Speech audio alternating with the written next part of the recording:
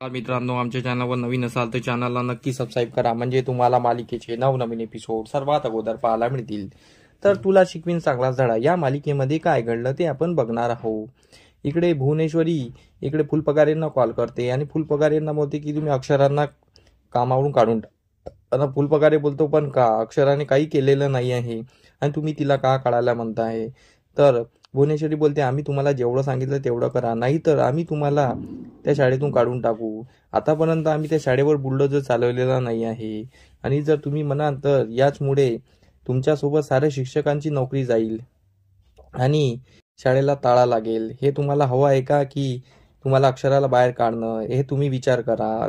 फुलपगारे टेन्शनमध्ये येऊन जातो आणि बोलतो काय करू मी, काय समजत नाही आहे मला की कोणत्या कारणाने काढू. तर भुवनेश्वरी बोलते तुम्हाला ज्या कारणाने काढायचे ते काढा, आणि पण हे गोष्ट लक्षात ठेवा, आणि अक्षराला जर शाळेतून काढलेलं आहे हे आमच्या नावी टाकू नका. हे तुम्ही सांगा की आम्ही स्वतःहून तिला बाहेर काढलेलं आहे आणि कोणत्या कारणाने काढलेलं आहे ते आम्ही तुम्हाला लवकरच सांगू. आणि भुवनेश्वरी फोन ठेवून देते आणि इकडे दुर्गेश्वरीला बोलवते. दुर्गेश्वरीला प्लॅन सांगते आणि भुवनेश्वरीचा प्लॅन खूप खतरनाक असतो, तो आम्ही तुम्हाला शेवट सांगतो आहे. आणि अधिपती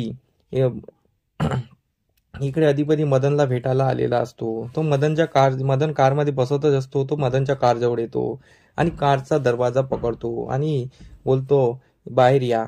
तर मदन त्याच्याकडे डोळे वटारून बघतो. तर अधिपती उद्धट भाषेत बोलतो तुम्हाला जेवढं सांगितलं तेवढं, बाहेर या म्हणजे बाहेर या. तर मदन बोलतो ही कोणती भाषा आहे, मी अगोदर तुम्हाला बघितलं होतं, तुमचं बोलणं बघितलं होतं, पण आता पण तेच आहे. असं बोलणं काही तुम्ही शिकलं वगैरे आहे की नाही, आणि काही प्लीज वगैरे म्हणता की नाही. तर तेव्हा त्याला अक्षराची आठवण येते की अक्षराने एकदा त्याला म्हटलं होतं की उद्धट भाषा बोलताना की कधी कोणाला काही सांगताना विचारताना प्लीज म्हणावं. तर अधिपतीला ते आठवत असतं. तर अधिपती बोलतो हो ठीक आहे सॉरी. तर मदन बोलतो काय सॉरी, मी काय म्हटलंय तुम्हाला. तर अधिपती बोलतो प्लीज. अधिपती जेव्हा प्लीज म्हणतो तेव्हा मदन बाहेर येतो आणि मदन बोलतो काय तुमचं काय आहे हे मला सांगा, कारण की मी मागे तुम्हाला भेटलो आणि तुम्ही मागे पण अक्षरासोबत खूप उद्धट वागले होते आणि आता माझ्यासोबत पण उद्धट वागत आहे. मला अगोदर वाटत होतं की अक्षराच्या हस्बंडला भेटावं, कसा असेल काय असेल, पण तुम्हाला जेव्हा भेटलो होतं तेव्हा तुम्हाला बघितलं तेव्हा तुम्ही खूप उद्धट स्वभावाचे होते आणि असं तुझं वागणं हे मला आवडलेलं नाही आहे. अक्षराला कसा नवरा डिझर्व करतो ते मला माहिती आहे. अक्षरा किती शिक्षित आणि सुशिक्षित व्यक्ती आहे, तिचे विचार किती चांगले आहे आणि तुमच्यासारखा नवरा तिच्या नशिबात आला आहे म्हणजे तिचं खूप चुकीचं झालेलं आहे. कारण की तुम्ही तिच्याशी धंग बोलत नाही ना, तिच्याशी काही बोलत नाही, तिचं पूर्ण माकड करून ठेवलेलं आहे. अधिपतीला कसं बसं वाटत असतं. अधिपती बोलतो काय माकड, मी काय केलं आहे. तर तो त्यावर मदन बोलतो की मी तिला परदेशात चल म्हटलं होतं, तिथेच तू जॉब कर, पण तिला तिचा देश आणि तिची माती प्यारी होती म्हणून ती परदेशात आली नाही. तिच्यासारखी मुलगी कोणाला डिझर्व करत नाही आणि तुला तर डिझर्व करतच नाही, कारण की तुझं वागणं असं आहे, तुझं बोलणं असं आहे आणि तू अनाडी आहे. असं तो मदन त्याची पूर्ण लायकी काढत असतो. पण अधिपतीला त्याचं खूप वाईट वाटत असतं की आपण अक्षरासोबत असं चुकीचं वागलेलो आहे. मदनचं बोलणं अधिपतीच्या एकदम मनात जात असतं. मदन त्याला त्याची लायकी दाखवत असतो की तो किती चुकीचा वागला अक्षरासोबत, अक्षरा किती चांगली आहे. आणि इकडे दुर्गेश्वरी भुवनेश्वरीने प्लॅन केलेला असतो आणि ते शाळेत जात असतात. फुलकबागारी शाळेत बसले असतात. शाळेत बसले असताना इकडे भुवनेश्वरी वगैरे येत असतात. इकडे अक्षरा शाळेमध्ये मुलांना वह्या पुस्तकं वाटत असते आणि मुलं खूप खुश असतात.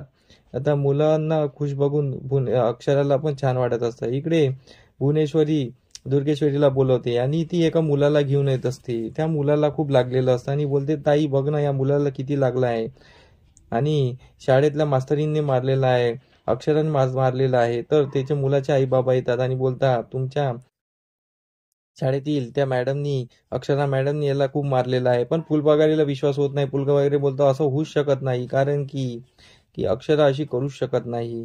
अक्षराचं वागणं मला माहीत आहे आणि अक्षरा या थराला जाऊ शकत नाही. भुवनेश्वरी बोलतो मग कोणी केलं, असंच लागलं का त्याला. तर भुवनेश्वरीचा प्लॅन सक्सेस होत राहतो. पगारे बोलतो पण मॅडम, पण अक्षरा अशी करू शकत नाही.